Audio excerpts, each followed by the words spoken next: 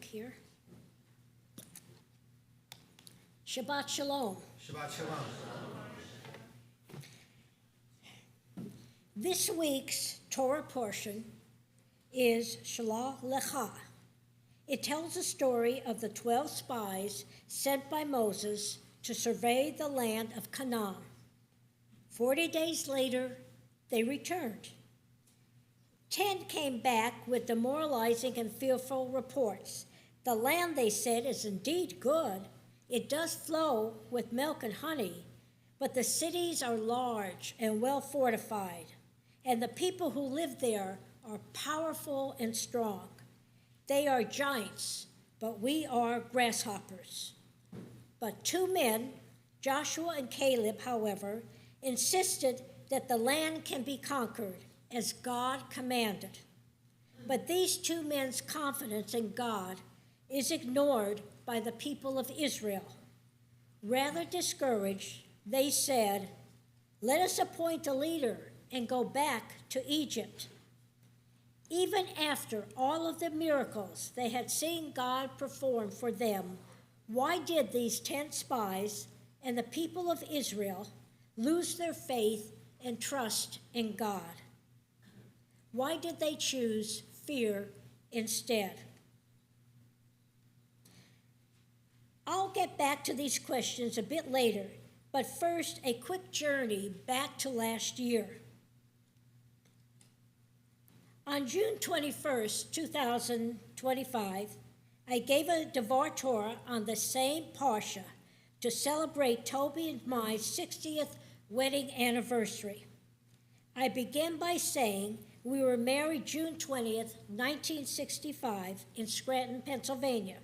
However, on June 19th, the night before, I'm sitting with my mother in the kitchen and I'm upset.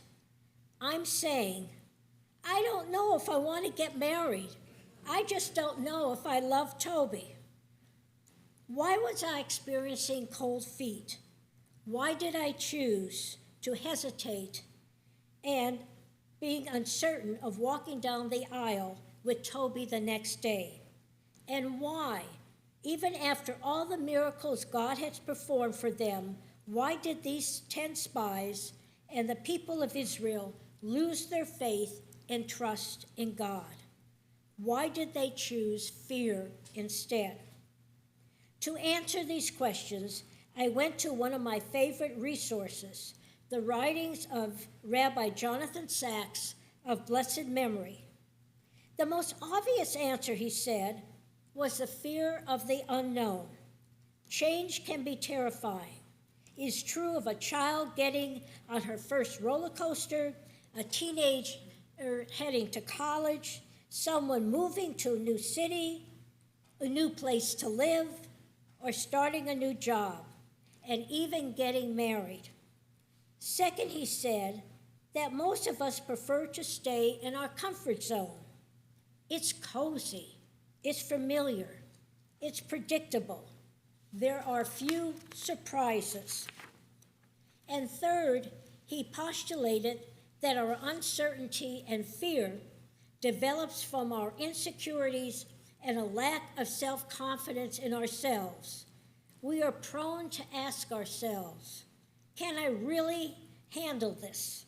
Can I really make this happen? So fast forward to today, June 13th, and guess what? It's the same Parashat. However, I decided to delve deeper to better understand why the spies chose fear instead of trust in God. So I went back to Rabbi Sacks, and he presented this unconventional answer.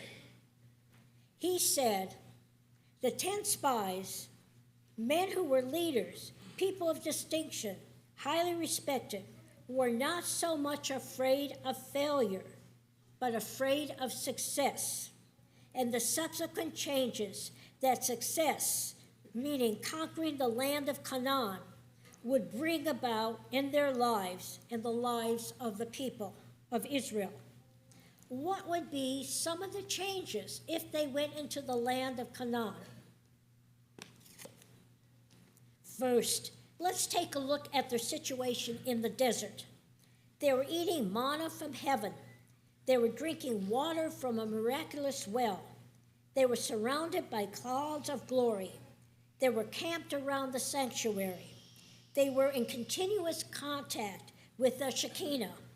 Never had a people lived so close to God.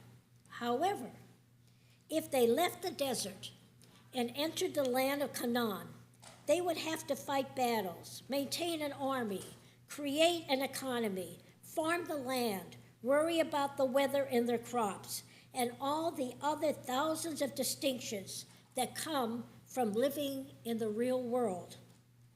What would happen to their closeness to God that they had in the desert? Yes, it would be challenging to leave the desert and go out into the real world with all its trials and temptations. But according to Rabbi Sachs, that is what God wants us to be, to create, quote, a dwelling place in the lower world. He wants us to bring the Shekinah, the divine presence, into our everyday life. Yes, it would have been easier to find God in total seclusion and escape from responsibility. Yes, it is hard to find God in the office, in business, in farms and fields, and factories and finance. But it is this hard challenge to which we are summoned, to create a space for God in the midst of the physical world. Consequently, Jewish spirituality lives in the midst of life itself, the life of society and its institutions.